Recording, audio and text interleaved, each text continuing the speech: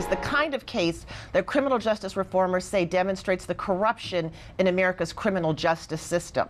17-year-old Pedro Hernandez spent a year in New York's Rikers Island prison on attempted murder charges. He was accused in 2 separate shootings of teenagers in 2015. Hernandez always maintained that he was innocent and refused a plea deal. But new evidence has surfaced that 2 detectives, along with Bronx Assistant District Attorney David Slott, coerced witnesses into giving false testimony against Hernandez, and that the coercion included violence. Now, a private detective hired by Pedro Hernandez's family helped uncover the new information. The corruption is not only from Detective Daniel Brady and Detective David Terrell, but now the corruption is within the district attorney's office. So Pedro Hernandez's case has been taken up by the Robert F. Kennedy Human Rights Organization, which paid his $250,000 bail. He'll be back in court for the start of trial in early September. Joining us from FaceTime from New York is Carmen Perez, Executive Director of Gathering for Justice and co-chair of the Women's March on Washington, and Eric Rivera, a community activist. Good morning. Good morning. Thanks for joining us. So this is just an absolute abomination.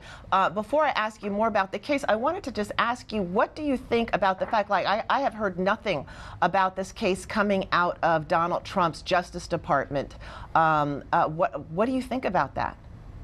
I think it's important that we bring awareness. It's the reason why Justice League NYC got involved. We were contacted by activist Sean King to bring attention to this issue. This issue is very similar to the Khalif Browder case, and so we have brought together coalition members. Today we're having a rally at 7 a.m. in front of the attorney's office in the Bronx to bring clergy, activists, celebrities, as well as community organizations to talk about the injustice and actually fight for people. What are you hoping is going to be the result of the meeting that's going to happen today? Well, we're hoping that Attorney Darcel Clark dismisses all the charges against Pedro, and we're also hoping that she opens up all the cases that District Attorney David Slott collaborated with the 2 officers. We're hoping that she opens up all those cases and starts investigating those cases as well. So Pedro Hernandez is only one of how many 22 young men 22. That have been wrongfully accused of crimes.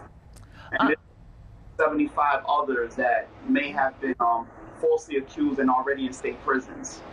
So I'm gonna take a moment and turn to Scott Bolden. Scott, I mean, you're a former prosecutor. This is from New York. From New York. I mean, Manhattan, not the Bronx.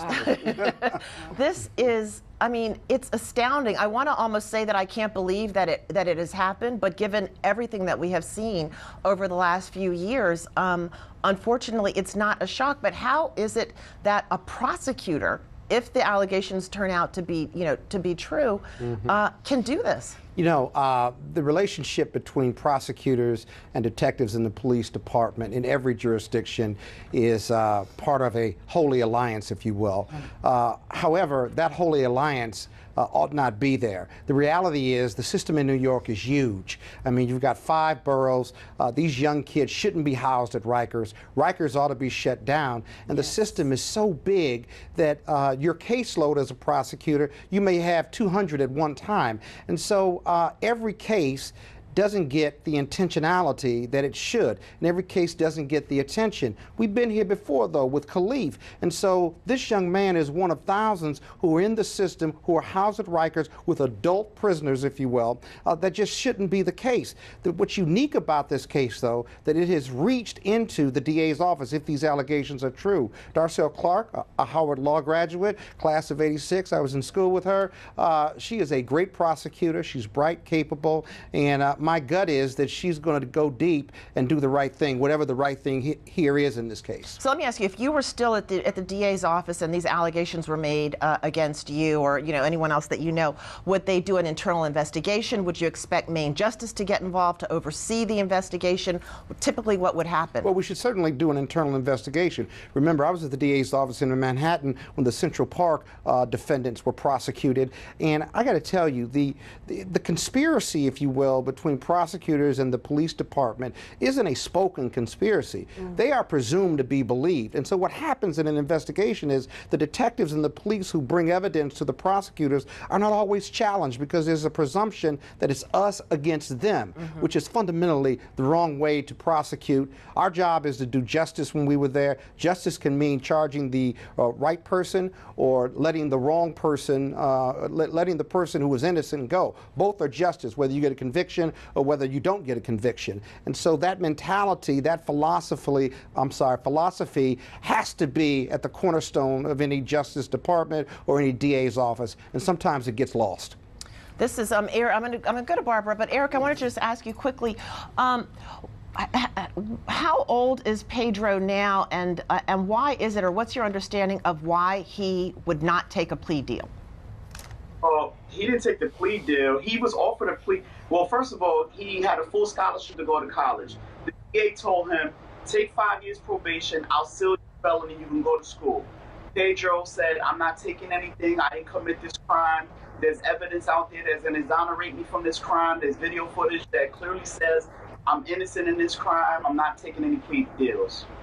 And in many of these cases, a lot of these young boys, just to get out of Rikers Island, was an environment in Rikers Island, plea deals, even though they're innocent.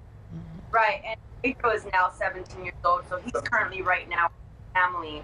And again, this is a time for us to come together and really fight for this young man. This man has graduated high school with honors, has a full ride scholarship to college, and he deserves a second chance, actually a first chance, particularly because he didn't do anything wrong. Carmen, Eric, thank you so much for joining us. I want to turn to Barbara real quickly. We've just got about a minute left, but Barbara, I mean, I know you've seen these cases for many, many years. Yes.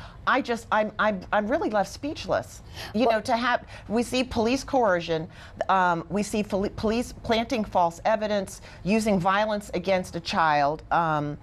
We see the, continued killing of unarmed black boys and black men and women all over the country. There's so much of it that the world has become numb to it. What are the next steps? What do we do? Well, obviously, prosecutors have to be criminally charged for misconduct.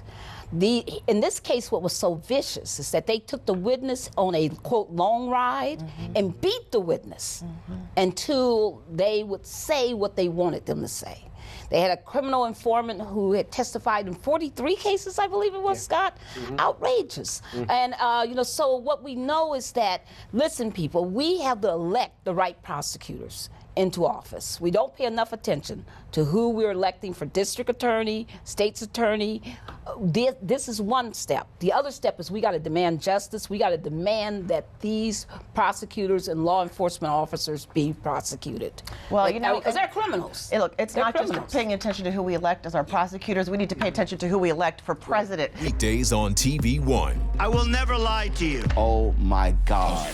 Roland Martin. He doesn't want to talk to us. He wants to ignore us. Uncensored. Hell no. That ain't gonna cut it, boo. Unapologetic. No, that is fundamentally false. You are wrong. Unfiltered. He wants an America where we all look alike. He ain't talking about black people. Unrelenting. You better go work out, because you got a fight on your hands. NewsOne Now with Roland Martin. Weekdays at 7 a.m. on TV One.